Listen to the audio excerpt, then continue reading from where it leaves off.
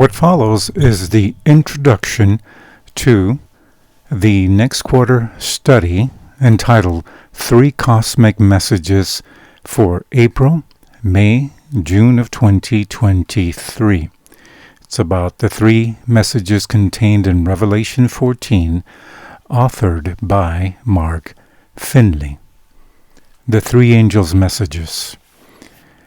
On October 15, 1844, 1 week before the Great Disappointment, a boy had been born into a pious Lutheran family in Germany. His name was Friedrich Nietzsche, who would become one of modernity's most influential atheists.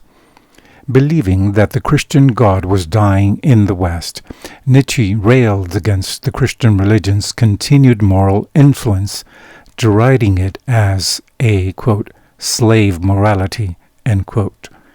The morality of the weak who, in an attempt to protect themselves from the stronger, concocted such silly notions as, quote, love your enemies, end quote.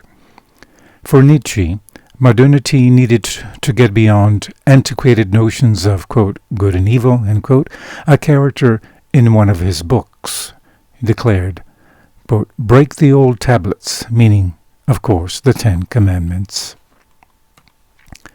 The year 1844 was also important for Karl Marx, the founder of communism. Called the Economic and Philosophic Manuscripts of 1844, and this work had been written by Marx that year, even if not published until 1932 by the Soviet Union. The manuscripts show the early development of Marx's ideology, in which he argued for a totally materialistic reality that moved through various economic stages until the workers of the world would unite, overthrow their capitalist oppressors, and create a utopia on earth. The year 1844 had been an important one for Charles Darwin, too. In what has been known as the Essay of 1844, Darwin produced one of the earliest expressions of his evolutionary theory, even if it was not then made public. Only in 1859, with the publication of On the Origin of Species, did Darwin publicly promulgate his view that all life on Earth originated from a common ancestor by natural and chance processes alone. The year 1844 was, however, the fulfillment of the 2300-day prophecy of Daniel 8:14, and the same year, out of the leftovers of the Great Disappointment, seeds were planted that would burgeon into a worldwide movement whose core message repudiated the guts of Marxists, Nietzschean, and Darwinian ideology. Contra Marx, the Seventh-day Adventist movement proclaimed that the great controversy between Christ and Satan, not a materialistic flow of history, explained world history that would end not in a human-made communist utopia, but in the supernatural establishment of God's eternal kingdom.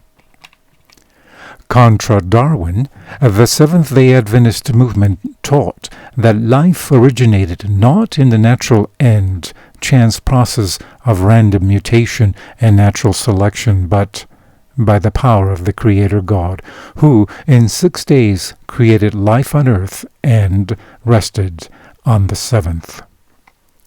And contra Nietzsche, the Seventh-day Adventist movement proclaimed not only that God exists, but that his universal code of morality, the old tablets, the Ten Commandments, remains God's ultimate standard of judgment and binding on all humanity. A coincidence that all these events happened in 1844? One should not think so. Marx, Nietzsche, and Darwin are three influential figures whose work has caused humanity irreparable harm.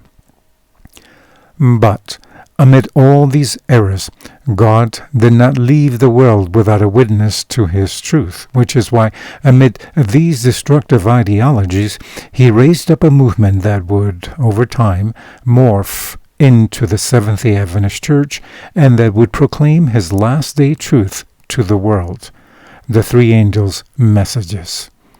These are messages that, at their core, refute the errors and misconceptions promoted by those three terribly deceived men. The three angels' messages are, in a sense, the marching orders of the Seventh-day Adventist Church, and at their core they are the gospel, pure and simple, but the gospel presented in the context of present truth. 2 Peter 1:12. And this, the three angels' messages, is our study for the quarter. Have a blessed day.